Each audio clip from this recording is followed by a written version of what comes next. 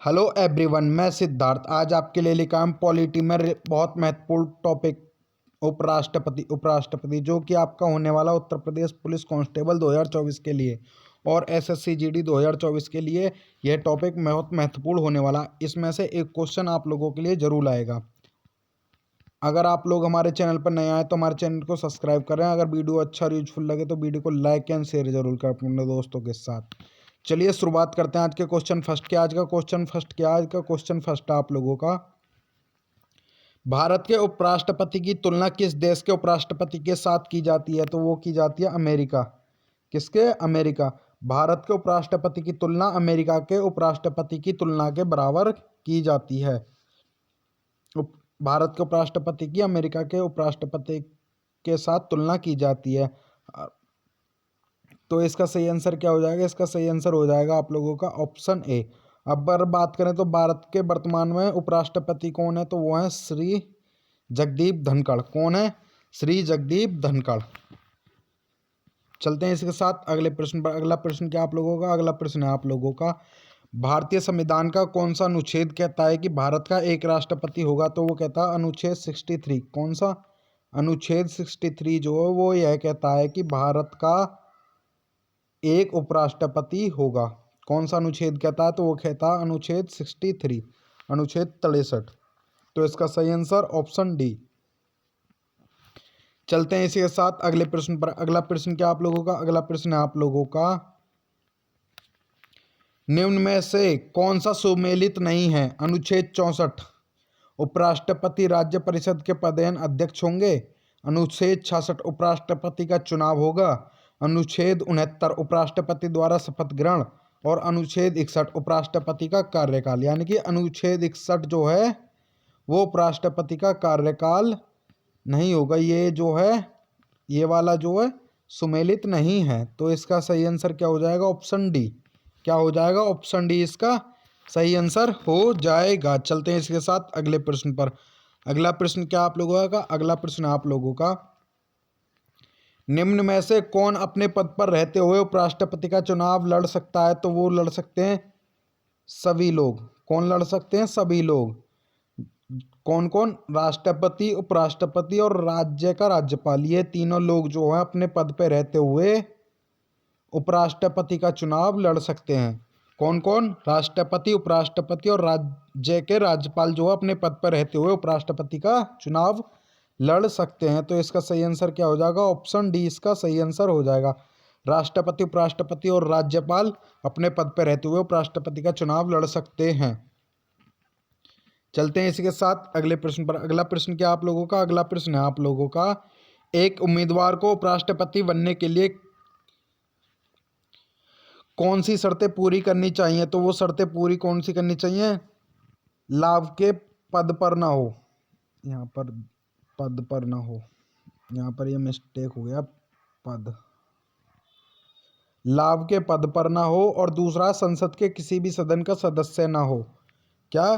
संसद के किसी भी सदन का सदस्य ना हो और लाभ के पद पर न हो। जैसे कि सरकारी नौकरी होती है, वो व्यक्ति उपराष्ट्रपति नहीं बन सकता।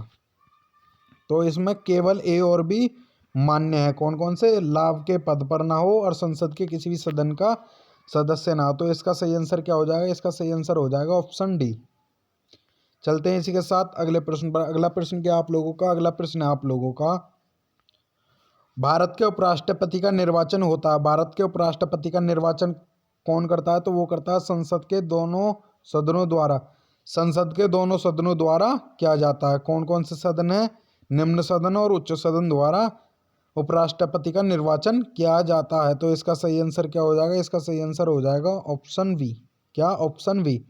चलते हैं इसी के साथ अगले प्रश्न पर। अगला प्रश्न क्या आप लोगों का? अगला प्रश्न है आप लोगों का, उपराष्ट्रपति पद के निर्वाचन हेतु कौन सी पद्धति अपनाई जाती है? तो वो अपनाई जाती है समानुपातिक प्रतिनिधित्व एवं एकल संक्रमणीय पद्धति। कौन सी अपनाई जाती है? समानुपातिक प्रतिनिधित्व एवं एकल संक्रमणीय पद्धति। यह पद्धति अपनाई जाती है किसके लिए? उपराष्ट्रपति पद के निर्वाचन हेतु। कौन सी पद्धति अपनाई जाती है? तो ये। तो इसका सही आंसर क्या हो जाएगा? Option D. चलते हैं इसी के साथ अगले प्रश्न पर। अगला प्रश्न क्या आप लोगों का? अगला प्रश्न है आप लोगों का, उपराष्ट्रपति के कार्यकाल की अवधि कितने वर्ष की होती है? तो वो होती है 5 वर्ष की। कितने? 5 वर्ष। 5 वर्ष की कार्यकाल अवधि होती है किसकी? उपराष्ट्रपति की। मैंने आप लोगों को पिछली वीडियो में बताया था राष्ट्रपति की कितनी होती है? तो राष्ट्रपति की भी 5 वर्ष होती है।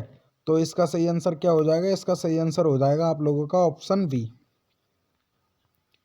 चलते हैं इसके साथ अगले प्रश्न पर। अगला प्रश्न क्या आप लोगों का? अगला प्रश्न है आप लोगों का, उपराष्ट्रपति को उसके पद की गोपनीयता की शपथ कौन दिलाता है? तो वो दिलाता है भारत के राष्ट्रपति। भारत के राष्ट्रपति उपराष्ट्रपति को उसके पद की शपथ दिलाते हैं। कौन? भारत के राष्ट्रपति। जैसे कि प्रेजेंट टाइम में भारत की राष्ट्रपति कौन है? तो वो राष्ट्रपति हैं द्रौपदी मुर्मू। और प्रेजेंट टाइम में उपराष्ट्रपति कौन है? तो वो हैं जगदीप धनखड़। जैसा कि मैं आप लोगों को समझाऊं एक प्रकार से कि उपराष्ट्रपति पद की शपथ कौन दिलाएगा, तो जैसे कि जगदीप धनखड़ हमारे उपराष्ट्रपति हैं और राष्ट्रपति कौन है? तो द्रौपदी मुर्मू। द्रौपदी मुर्मू जो है वो जगदीप धनखड़ को शपथ दिलाएंगी। तो इसका सही आंसर क्या हो जाएगा? ऑप्शन सी, यानी कि उपराष्ट्रपति को शपथ कौन दिलाता है? तो राष्ट्रपति। चलते हैं इसके साथ अगले प्रश्न पर। अगला प्रश्न क्या आप लोगों का? अगला प्रश्न है, उपराष्ट्रपति अपना त्यागपत्र किसे सौंपता है? तो वो सौंपता है राष्ट्रपति को। किसको? राष्ट्रपति को। अपना त्यागपत्र को किसे सौंपता है? तो वो राष्ट्रपति को सौंपता है। कौन? उपराष्ट्रपति। तो इसका सही आंसर क्या हो जाएगा? Option A. चलते हैं इसी के साथ अगले प्रश्न पर। अगला प्रश्न क्या आप लोगों का? अगला प्रश्न है, उपराष्ट्रपति के चुनाव से संबंधित सभी विवाद कौन जांचता है? तो वो जांचती है उच्चतम न्यायालय, जिसे हम सर्वोच्च न्यायालय यानी कि सुप्रीम कोर्ट भी कहते हैं। क्या? सुप्रीम कोर्ट भी कहते हैं। क्या? उपराष्ट्रपति के चुनाव से संबंधित सभी विवाद कौन जांचता है? तो उच्चतम न्यायालय। तो इसका सही आंसर क्या हो जाएगा? Option B. चलते हैं इसी के साथ अगले प्रश्न पर। अगला प्रश्न क्या आप लोगों का? अगला प्रश्न है आप लोगों का, भारत के उपराष्ट्रपति पर अभियोग किसके द्वारा लगाया जा सकता है? तो वो राज्यसभा। राज्यसभा द्वारा उपराष्ट्रपति पर अभियोग लगाया जा सकता है। किसके द्वारा? राज्यसभा के द्वारा उपराष्ट्रपति पर अभियोग लगाया जा सकता है। तो इसका सही आंसर क्या हो जाएगा? Option B. चलते हैं इसी के साथ अगले प्रश्न पर। अगला प्रश्न क्या आप लोगों का? अगला प्रश्न है आप लोगों का, उपराष्ट्रपति को पद से कैसे हटाया जा सकता है? तो आपका क्वेश्चन क्या है? उपराष्ट्रपति को उसके पद से कैसे हटाया जा सकता है? तो वो हटाया जा सकता है राज्यसभा द्वारा संकल्प पारित कर पूर्ण बहुमत द्वारा हटाया जा सकता है, लेकिन लोकसभा की सहमति आवश्यक हो। क्या? राज्यसभा द्वारा संकल्प पारित कर पूर्ण बहुमत द्वारा हटाया जा सकता है, लेकिन इसमें लोकसभा की सहमति भी अवश्य लेनी होगी, तभी जाके उपराष्ट्रपति को उसके पद से हटाया जा सकता है। तो इसका सही आंसर क्या हो जाएगा? इसका सही आंसर हो जाएगा ऑप्शन बी। चलते हैं इसके साथ अगले प्रश्न पर। अगला प्रश्न क्या आप लोगों का? अगला प्रश्न है आप लोगों का, भारत का उपराष्ट्रपति किसका पदेन सभापति होता है? तो वो राज्यसभा का। किसका? राज्यसभा का। राज्यसभा का पदेन सभापति कौन होता है? तो वो होता है उपराष्ट्रपति। कौन होता? उपराष्ट्रपति राज्यसभा का पदेन सभापति होता है। तो इसका सही आंसर ऑप्शन ए।